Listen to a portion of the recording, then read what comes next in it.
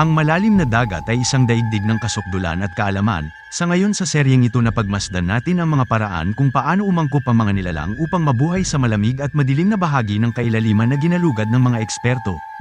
Ang mga ekosistema ng hindi mapapantayan at walang katulad na kaharian na ito, at nagpapakita kung paano ang mga komunidad ng buhay umusbong sa anumang pinagmumula ng enerhiya, na maaari nilang mahanap mula sa mga lagusan ng sobrang init na tubig hanggang sa kalansay ng mga lumubog na balyena. Ngunit ngayon ay oras na upang sumisid sa mas malalim at tumuklas ng isang lugar kung saan ang buhay ay itinutulak sa ang mga ganap na limitasyon nito. Dahil sa ilalim ng karagatang Pasipiko ay lumalawak ang sahig ng karagatan sa nakabukang kailaliman ng mga malabong katubigan nito. Kung saan masasaksihan ang mga walang mukha na nilalang at sa mga nakakalat na patlang na uri ng mga bakterya, kasama ang mga malahiganting nilalang na nabubuhay na katulad ng mula sa ibang planeta. Halina't ating tuklasin ang mga nakatagong sekreto sa mundo ng Mariana Trench ng Pilipinas.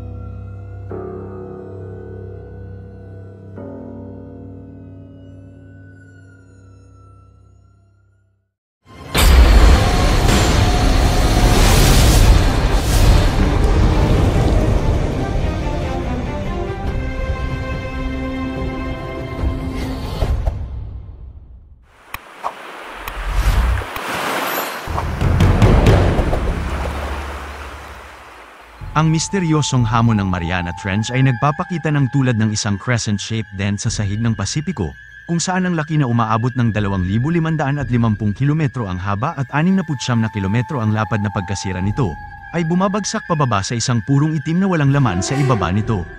At nag-ho-host ng pinakamalalim na kilalang lokasyon sa mundo, at ang hamon nito ay ang lalim na may 11,033 na metro o 36,200 talampakan sa ilalim ng mga alon. Ang trench mismo ay isa lamang bahagi ng isang pandaigdigang network ng malalalim na bakat na tumawid sa sahig ng karagatan na nabuo mula sa isang proseso na tinatawag na subduction. Sa kaso ng Mariana Trench, ang kanlurang gilid ng Pacific Plate ay itinulak sa ilalim ng mas maliit na Mariana Plate, kung saan ang kanluran ay lumilikha ng malalim na bitak na natunaw sa mga materyales nito. Pagkatapos ay tumaas ang mga bulkan malapit sa mataas na bahagi ng trench.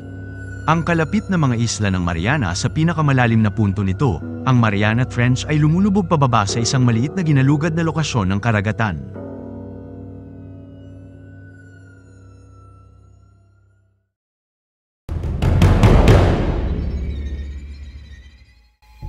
Ang Hadal Zone, na ipinangalan sa kaharian na Hades ng underworld ng Greek mythology, ay isang angkop na pamagat para sa isang lugar ng mga kondisyon ng purong kadiliman, at maasidong nagyayelong katubigan, kung saan kakaunti lamang ang mga pagkain at napakalaking presyon.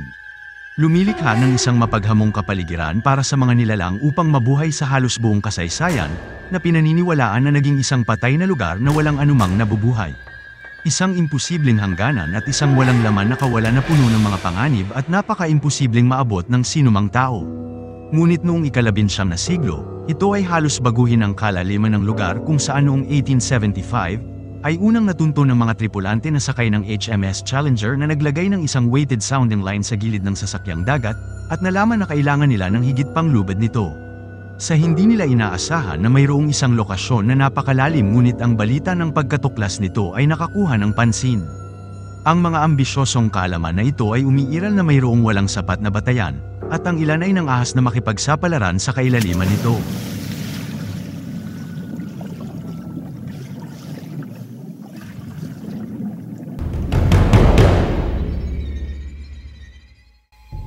Noong 1960, 85 na taon matapos matuklasan ang Challenger Deep sa pangunguna ng mga manlalakbay, dalawang kalalakihan ang naglakbay upang marating ang kailaliman ng lugar, at ito ay sina Jack Pickard at Navy Lieutenant Don Walsh.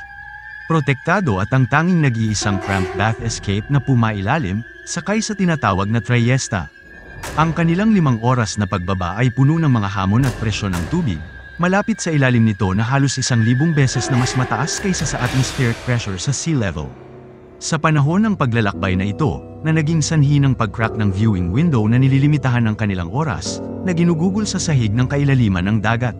Sa 20 minuto lamang, kahit na sa ganoong kaikling panahon, ay nabigla sila sa kanilang nakita sa kapaligiran na puno ng buhay at ng siyensya. Namumulang mga hipon, dapang isda o tinatawag na flounder. At kasama ang kanilang inilarawan ay ang tinatawag na dark brown diatomaceous ooze, na halos natatakpan nito ang seafloor. Sa mga sandaling iyon ipinaliwanag ni Packard, ang mga ito ay ang kagandahan ng lugar at excitement tungkol sa isang libro ng paglalakbay. Sambit pa nito, "Here, in an instant, was the answer that biologists had asked for the decades. Could life exist in the greatest depths of the ocean? It could."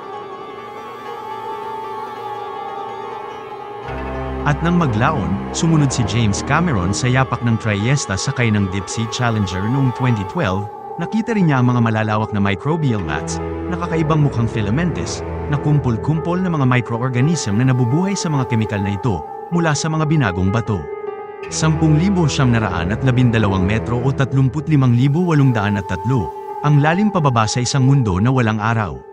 Sa halip ang mga bakteryang ito ang sumusuporta sa mas komplikadong mga nilalang para sa mas malalaking uri ng mga hayop at bakterya. Na walang sikat ng araw at umaasa na lang ito sa enerhiya na ginawa ng bakterya, na sumasailalim sa chemosynthesis, kung saan ang malalim na bahagi ng karagatan nakatumbas ng photosynthesis.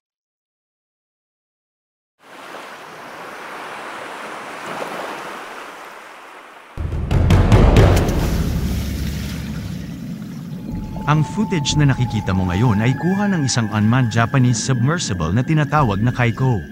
Noong 1996 na umabot sa lalim na 10 metro, ay minarkahan nito ang pinakamalalim na pagsisid para sa isang unmanned submersible. Sa panahong ang layunin nito ay magsampol ng bakterya mula sa mga mats, sina Packard at Walsh na naobserbahan ng halos 40 taon na ang nakalilipas. Nalaman nila na ang ilan sa mga bacterial species na ito ay lumilitaw na obligadong barophilic, ibig sabihin ay lumalaki sila sa ilalim ng mataas na presyon ng kapaligiran. Na ang ideya ay nagpapatunay na ang buhay ay maaari lamang umiral sa depekto na mas katamtaman ng mga kondisyon. Ngunit noong 1998, bumalik ang Kaiko sa Challenger Deep at napadpad sa mas komplikadong mga nilalang na kagaya ng Herendelia gigas, isang dambuhalang amphipod species na nabubuhay sa kailaliman nito. Ang pagtuklas na ito ay nagdulot ng kaunting misteryo, ang matinding presyon ng malalim na dagat na sanhi ng calcium carbonate na bumubuo sa mga shell ng amphipod at maraming pang mga nilalang sa dagat, ay sanhi upang mas madaling matuno sa tubig. Kung saan iniiwan ang kanilang malambot na katawan na mahina dahil ang mga amphipod ay hindi karaniwang matatagpuan sa ibaba ng mga 5,000 metro o 16,400 talampakan. Gayunpaman, dito sa Caicos na mga ilaw ay nagpapanatili ang isang higanteng amphipod, na kahit na ang matigas na exoskeleton nito. Mula noon napag-alaman na pinuprotektahan nila ang kanilang mga shell gamit ang isang anyo ng aluminum armor gamit ang mga kemikal sa kanilang bituka upang kunin ang mga aluminum ions mula sa putik o sahig ng dagat. Habang sila ay naghahanap ng pagkain, sa kanilang tungkulin bilang detrivores, ang mga amphipod na ito ay sumasakop sa isang mahalagang papel sa ekosistema ng mundo, na kumikilos ito bilang mga tagapaglinis na nagtataglay ng mga enzyme na kayang tumunaw ng kahit na anong kahoy.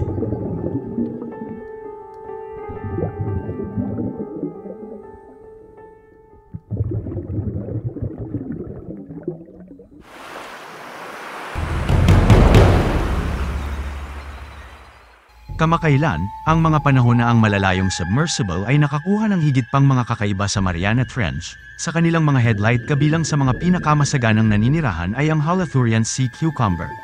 Tulad ng kahangahangang sea pigs kasama ang mga singsing nito at ang mga galamay nito na ginagamit pangkain, upang magsala sa putik at kumuha ng kakainin na pinaniniwalaan ng ilang siyentipiko. Sa katunayan, ang isdang Picards ay isang uri ng sea cucumber dahil pinaniniwalaan na ang mga isda ay hindi mabubuhay sa presyon kung saan ay napakalakas na makatunaw nito sa mga buto at ng anumang vertebrates.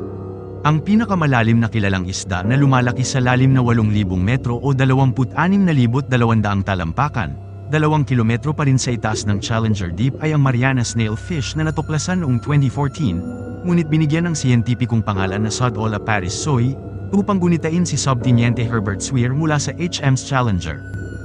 Ngunit ang mga snailfish at amphipod ay hindi lamang ang mga kakaibang oddpoles na matatagpuan sa trench ng Pilipinas na napakalaking xenophenophores.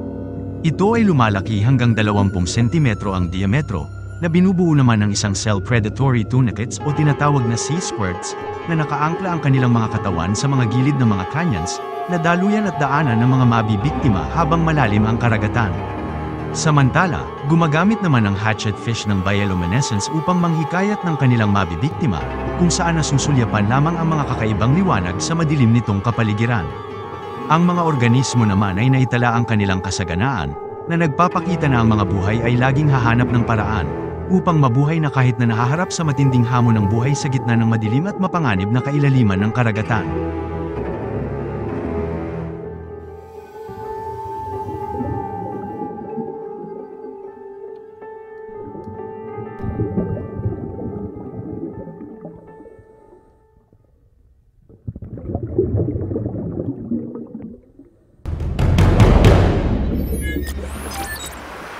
Sa kabila ng lahat ng mga ekspedisyon at mga footage na nakalap para sa panimula ng paglalakbay, napagtanto natin na hindi lamang ito tungkol sa pananaliksik at eksperyensya, ito rin ay bahagi na rin ng malawak na kaalaman at parte na ng ating pamumuhay, na siyang humuhubog sa mga nawawalang kasaysayan ng mundo.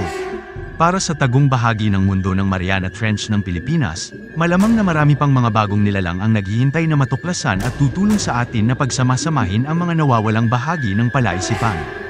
Ang kaalamang ito na kung paano nabuhay ang mga nilalang, sa gayong ang mga paa at kamay sa pagsasaliksik sa Mariana microorganisms, ay maaaring humantong sa mahalagang tagumpay sa biomedicine at biotechnology, at magbigay ng liwanag sa mga kwento ng paglitaw ng buhay sa ibabaw ng ating planeta. Ngunit kahit ang pinakamalayong kalaliman ay abot kamay lang ng pagkawasak ng mga tao, nakagaya na lang ng mga nakitang basura sa lugar na halos hindi natin maintindihan kung sino ang may gawa at kung ano ang maaaring idulot nito. Ang mahahalagang pagtuklas na unti-unting sinisira at maging ang kapaligiran na sanhi ng biglang pagkalaho nito ay nagdudulot ng matinding trahedya. Kaya't bago natin maunawaan ang kanilang kahalagahan, ay dapat natin isipin na hindi lamang ito isang tagumpay, ito rin ay kagandahan at kaalaman, tungo sa magandang kinabukasan ng mga kabataan at ng mga susunod pang henerasyon.